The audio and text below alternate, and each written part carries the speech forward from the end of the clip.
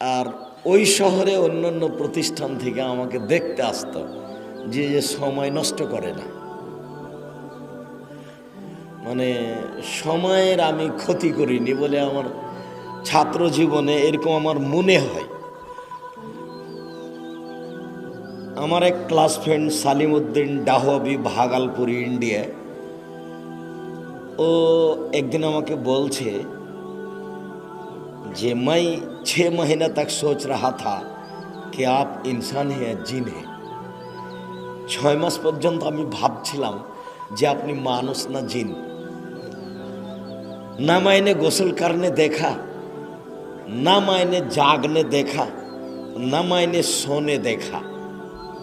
না আপনাকে আমি গোসল করতে দেখেছি, না আপনাকে আমি খেয়ে জাগতে দেখেছি, না আপনাকে আমি ঘুমাতে দেখেছি। আমি তো আপনাকে ঘুমাতে দেখলাম না, ঘুম থেকে উঠতে দেখলাম না, গোসল করতে দেখলাম না। তা আমি মনে মনে ভাবছিলাম, মনে হয় এ মানুষ নয়, মনে হয় জিন। আমার ভয় হতো যে আমার পাশেই শয় থাকে তো কেমন কেমন মনে লাগে। সালিম উদ্দিন ডাহবি, ভাগলপুরি, इंडिया। খুব মেধাবী ছেলে, খুব একবারে পরিষ্কার পরিচ্ছন্ন হয়ে থাকতো। কোনোদিন জামা কাপড় পরিষ্কার করার পরে ক্যালেন্ডার না করে গায়ে দেয়নি। আর জামা এভাবে হাত উল্টিয়ে উজু করতো না, মানে জামা খুলে উজু করত, তারপরে জামা গায়ে দিত।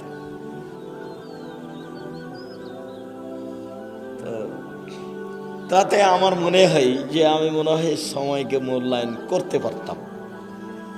চাপড়াশি পিয়ন যখন রাত্রি এশার সালাতের পরে গেটটা লাগিয়ে দিয়ে শুয়ে যেত, তখন আমি মনে মনে ভাবতাম যে এশার সালাতের পরে শুয়ে যাওয়া কত সুবিধা, কোনো চিন্তা নেই, এখন শুয়ে যাবে। পড়ায়নি, কিন্তু ওই বেতন হিসাবে 3টা থেকে সেদিনকে ধরেছে। আহমদ সুন মন্ডল টুকু, জান্নাতপুর, গোবিন্দগঞ্জ, গাইবান্ধা, রংপুর। সেই জন্য আমি ওটা বলে থাকি।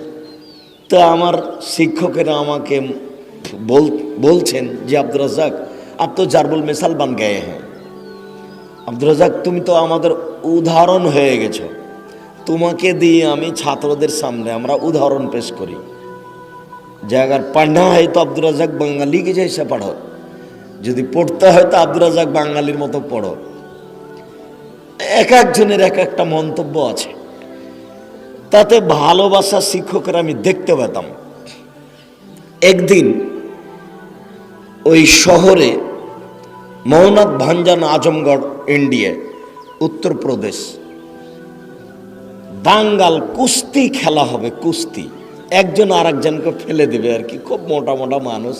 ওটা আমি তার কোনোদিন টিভি দেখিনি, এখনো টিভির সামনে কোনোদিন 5 মিনিট 2 মিনিট দাঁড়িয়েছি তা আমার মনে পড়ে না।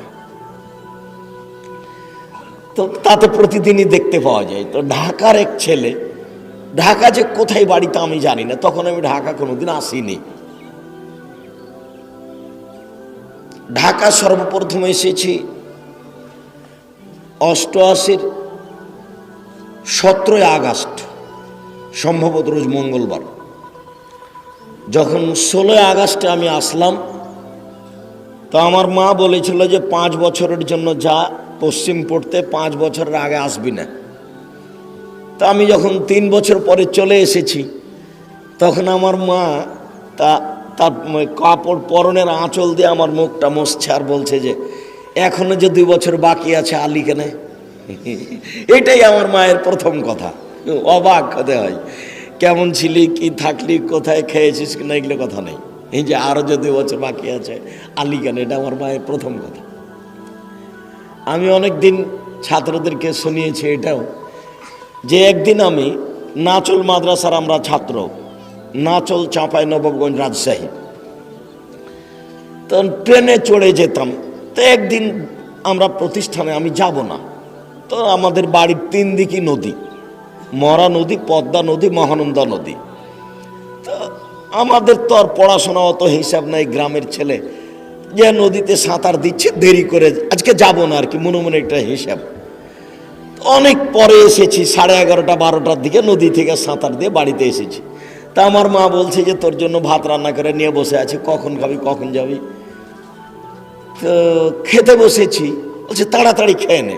তো খেতে বসেছি, দিয়ে আমি বলছি যে আজকে যাব না, যে না যেতে হবে, না যাব না, না যেতে হবে, আমি ভাতই খাবো না। খাস না।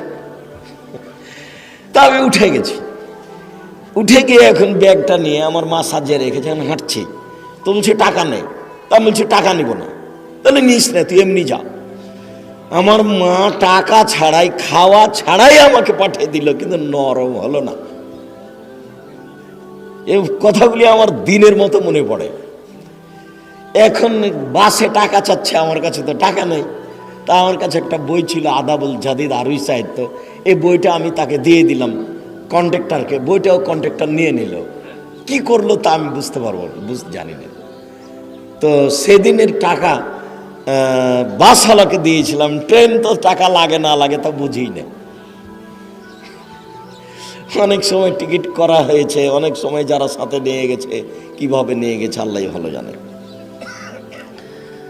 তো আমার মা এই কথাটা প্রথম কথা বলছে। আর দ্বিতীয় কথা বলছে, মৌলানা রেজাউল্লাহর জামাই সাইদুর রহমান তোকে ডাকতে এসেছে, কেন ডাকছে শুনে। তো আমি মৌলানা রেজাউল্লাহর জামাই দেবীনগর চাঁপাই নবাবগঞ্জ রাজশাহী তার কাছে গেলাম। বললাম ভাই আপনি ডেকেছেন? তো বলছে তোমার আব্বা বলছিল যে তুমি নাকি পড়াশোনা করে চলে আসছো, তো তোমার জন্য একটা আমি মাদ্রাসা ঠিক করেছি, তো তোমাকে যেতে হবে। সেটা হলো গাইবান্ধা গোবিন্দগঞ্জ রংপুর, সেটা আমার প্রথম প্রতিষ্ঠান। এখানে আসলাম শিক্ষক হিসাবে, তার জন্য এটা জানা আছে। তো দাঙ্গাল দেখার জন্য আমার জন্য 10 টাকা দিয়ে, কুস্তি দেখার জন্য ওই ঢাকার ছেলেটা আমার সাথে থাকে, ওখানে 10 টাকা দিয়ে টিকিট করেছে। টিকিট করেছে দিয়ে বলছে যে এই সময়ে যেতে হবে। ওই সময়ে গেলে আবু দাউদের ঘণ্টাতে অনুপস্থিত থাকতে হয়। আবু দাউদের পড়ার, আবু দাউদ গ্রন্থ হাদিস পড়ার ঘণ্টায় অনুপস্থিত থাকতে হয়। এখন তার পাল্লায় পড়ে ওই সময়তে আমি বের হয়ে গেছি। গিয়ে দ্রুত হেঁটে গিয়ে ঢুকলাম, দেখি একজন মোটা মানুষ আর একজন মোটা মানুষকে ফেলে দেওয়ার চেষ্টা করছে। তো কেউ কাউকে ফেলতে পারে না। পরিস্থিতি আমি দেখলাম এটা কিছুই না, তা আমি তাড়াহুড়া করে ওখান থেকে বের হয়ে গেলাম তাকে না বলে। শহরের মধ্যে দৌড়াতে দৌড়াতে আস্তে আস্তে ক্লাসে যখন আমি পৌঁছিলাম, তখন যারা দাঙ্গাল দেখতে গেছে এদের তালিকা লিস্ট হয়ে গেছে, তার মধ্যে আমি আছি 30 জন। তা আমি এখন চলে এসেছি। তো এখন আলাউদ্দিন পাটনাবি, আলাউদ্দিন পাটনা আপনার বেহার, এ আমার ক্লাস ফ্রেন্ড আলাউদ্দিন পাটনাবি বেহার। ও বলছে হজরত আব্দুর রাজাক আগে হ্যাঁ। তখন উনি বলে দিয়েছেন যে এদের 3 দিন খাদ্য বন্ধ। ইতিমধ্যে বলা হয়ে গেছে, কিন্তু লিস্টটা এখনো আলাউদ্দিনের হাতে আছে, সব ছাত্র আছে। যারা যারা গেছে তাদের 3 দিন পর্যন্ত খাওয়ার বন্ধ, 3 দিন তা খানা বাঁধ হয়। তখন বলছে হজরত আব্দুর রাজাক আগে হ্যাঁ। তখন শিক্ষক বলছেন मौलाना निसारुद्दीन अब्दुल रज़ाक के भी खाना 3 दिन तक बंद है, लेकिन वो मेरा यहाँ खाएगा। আব্দুর রাজাকেরও 3 দিন খাদ্য বন্ধ, তবে ও আমার কাছে খাবে। কি বুঝলেন? তার মানে ও হানাফি মানুষ, কিন্তু আমি কিন্তু আহলে হাদিস মানুষ। যারা ভালো পড়ে, মেধাবী, ওদেরকে শিক্ষক ভালোবাসেন। আমি অনেককেই পড়িয়েছি। এখন যারা শিক্ষক প্রিন্সিপাল, তার মধ্যে আব্দুল নূর মাদানী, আপনার ওই দারুস সুন্নাহ মিরপুর ঢাকা, ও আমার অনেক দিনের ছাত্র।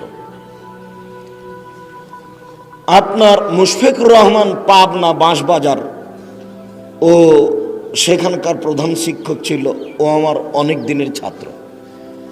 আর জামিয়া সালাফিয়া রূপগঞ্জ নারায়ণগঞ্জ ঢাকা আব্দুল আলিম মাদানী, এখনই যে সালাতের উপরে কথা বলল, এ আমার অনেক দিনের ছাত্র। আর আরো অনেকেই আছে। তো মেধাবী হিসাবে আমার কাছে সবচেয়ে মেধাবী ছিল আব্দুল আলিম মাদানী। একে আমি কোনোদিন পিটানোর মতো সুযোগ করতে পারিনি। আমি খুব মেজাজি শিক্ষক। একটু 19-20 পড়লে তাকে পিটাবো, সে বুখারি পড়ুক আর প্রথমে পড়ুক, যেটাই পড়ুক, কোনোদিনই ভুল পড়তো না। মেধাই ছিল খুব তীক্ষ্ণ। তো ও বলল 3 दिन तक खाना बंद है लेकिन वो मेरा यहाँ खाएगा। একদিন রাত্রি 2টার সময়তে প্রতিষ্ঠানের প্রিন্সিপাল, প্রধান শিক্ষক শেখ আরিফ এসে বলছে, আব্দুর রাজ্জাক মাইনা আপকে লিয়ে চাদর খরিদা। আব্দুর রাজ্জাক তোমার জন্য আমি একটা চাদর কিনেছি, শীতের দিন আমার কাছে একটা চাদর আছে। তো মনে হয় চাদরটা তাকে পছন্দ হয়নি। চাদরটা আমাকে দিয়ে বলছে যে যারা মেহরবানি করকে इसको কবুল कर लेना, इसको लौटाना मत। তুমি দয়া করে আমার এই উপঢৌকনটা নেও, তুমি আমাকে ফিরিয়ে দিও না। এই কথা আমাকে বলছে। তাতে আমি বুঝতাম যে ছাত্ররা, শিক্ষকেরা আমাকে ভালোবাসতেন। আমার মনে হয় সময়কে আমি কোনোদিন নষ্ট করিনি ছাত্র জীবনে, এটা আমার মনে হয়। শিক্ষক জীবনে এসে টিকতে পারি না, পরিস্থিতি অনুকূলে হয় না। কালকে আব্দুল্লাহর বক্তব্যটা শোনার পরে অনেকক্ষণ ভাবছি যে সময়কে কেমনে মূল্যায়ন করব, কিভাবে সময়কে দাম দেওয়া যাবে। আমরা আজকে ফজরের সালাতের পরে অনেকেই হাঁটতে লাগলাম, চলে গেলাম, গল্প করছি, হাঁটছি, খাচ্ছি, দোকানের সামনে ঘুরছি। তো সময়কে মূল্যায়ন করতে পারি না। আব্দুল্লাহ কাল বলছিল ওয়াল আসর, কালের কসম, যুগের কসম। এটা কি বললেন আল্লাহ? কালের কসম, কালের কসম করে কি বললেন? কালের, যুগের, সময়ের কসম করে বলছেন সময় একটা খুব দামি জিনিস। এমনি স্বাভাবিক মানুষের জীবনে সময়কে আমি মূল্যায়ন করা পড়েছি, তবে সত্য মিথ্যা বলতে পারি না। ডক্টর শহীদুল্লাহ রাহেমাহুল্লাহ 16 ভাষার পণ্ডিত, তার জীবনেতে একটা কথা আছে যে এত পড়ুয়া ছাত্র ছিল, এত বেশি পড়তো যে একদিন পাশে আগুন লেগে গেছে। তো সব ছাত্ররা হইচই করে গেছে। তারপরে এসে দেখছে যে শহীদুল্লাহ পড়ছে। কি ব্যাপার, তুই এখনো পড়ছিস কেন? আরে পাশে আগুন লেগেছে, আমরা তো দৌড়িয়ে গেছিলাম। কখন আগুন লাগলো? কই আমি খেয়াল করিনি তো। ডক্টর শহীদুল্লাহর জীবনে এটা লেখা আছে। জারুল্লাহ জামাকশারি, কাশাফের লেখক, তাফসির, একটা বিশাল গ্রন্থ, তাফসিরের কিতাব কাশাফ, জারুল্লাহ জামাকশারি আল মুতাজিলি আল হানাফি। মুতাজিলি হানাফি আকীদার একজন খুব বড় পণ্ডিত জারুল্লাহ জামাকশারি। তো তার জীবনীতে লেখা আছে যে যেই স্টিমারে উনি ডুবে যাচ্ছেন, মারা যাচ্ছেন, সেই স্টিমারে এখন ডুবে যাবে, পানি উঠছে স্টিমারে, বাঁচার কোনো পথ নাই। কিভাবে যে তার জীবনীতে এইভাবে লেখা আছে। তো ওনাকে বলা হচ্ছে, হযরত এখন তো স্টিমার ডুবেই যাচ্ছে, তো আপনি কিতাব দেখা বন্ধ করে একটু কিছু বলেন আমাদেরকে। তখন উনি বলছেন যে একটু সময় আর বাকি রেখে কি করব, এটুকু পড়াতেই লাগাই, পড়তেই থাকি, চলে যাক। আপনার ওই ইমাম গাজ্জালির জীবনে লেখা আছে যে যেই বিশ্ববিদ্যালয় উনি পড়তেন বাগদাদে, মিশর না বাগদাদ, মিশর, ইরাক বাগদাদে যে মাদ্রাসাতে উনি পড়তেন। তো একদিন মাদ্রাসার পরিচালক রাতে এসেছেন, অনেক রাতে। তো ছেলেদের ঘুমিয়ে থাকা দেখে সিদ্ধান্ত নিয়েছেন যে প্রতিষ্ঠান বন্ধ করে দেব। তো ঘুরতে ঘুরতে দেখছেন একটা ছেলে একটা ওই বাতি, তেলের বাতি লাগিয়ে চতুর্দিকে বই লাগিয়ে পড়ছে। তো একবার ওইটা দেখে, একবার এটা দেখে, একবার এটা দেখে, গভীর রাত। তখন তাকে জিজ্ঞাসা করা হলো যে তুমি এত রাত্রে এইভাবে পড়ছো কেন? তিনি বলছেন আমার জীবনে বড় স্বাদ, বিদ্যা অর্জন করে জাতিকে সঠিক পথে নিয়ে আসব। মানুষের জীবনীতে লেখা আছে সময়কে মূল্যায়ন করা। মিস্টার জিন্না, শিয়া মিস্টার জিন্না, পাকিস্তানের এক সময়ের প্রেসিডেন্ট, তার জীবনীতে লেখা আছে গভীর রাতে মিস্টার জিন্না পড়ছে। তো তখন তার ভাবি বলছে তুই এত রাতে পড়িস কেন? তখন মিস্টার জিন্না বলছে ভারত থেকে ইহুদি, খ্রিস্টান, ইংরেজকে তাড়াবো এই জন্য। তো সময়ের মূল্যায়ন করতে পারি না। দাও। আসসালামু আলাইকুম। সময়ের মূল্যায়ন করতে পারি না। যে হাদিসটা পড়েছি সেই হাদিসটার সময়ের উপরে কথা বলে আমি আলোচনা চলে যাচ্ছি, বেশিক্ষণ নয়, কয়েক মিনিট। আয়েশা রাদিয়াল্লাহু তাআলা আনহা বলেন, আমি রাসূল সাল্লাল্লাহু আলাইহি সাল্লামকে বলতে শুনেছি, আল্লাহ নবী বলছেন, মামিন সাতিন তামুররু বিইবনে আদম, যে কোনো মুহূর্ত, 1 মিনিট, 2 মিনিট, 10 মিনিট, 1 ঘন্টা, 1 দিন, যে কোনো সময়, যে কোনো মুহূর্ত আদমের ছেলেমেয়ের উপর দিয়ে পার হয়ে যাচ্ছে, লাম ইয়াজকুরিল্লাহ ফিহা, সেই সময়ও আল্লাহকে ডাকলো না।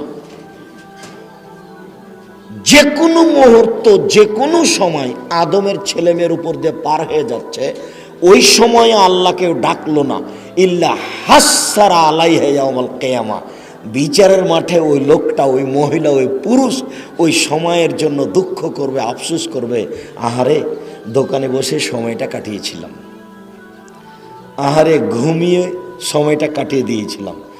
তাহলে যেটুকু সময় আদমের ছেলেমেয়ের উপর দিয়ে পার হয়ে যাচ্ছে, ওই সময়ও আল্লাহকে ডাকলো না, এর কারণে বিচারের মাঠেও কি করবে? আফসোস করবে। সময়ের দাম।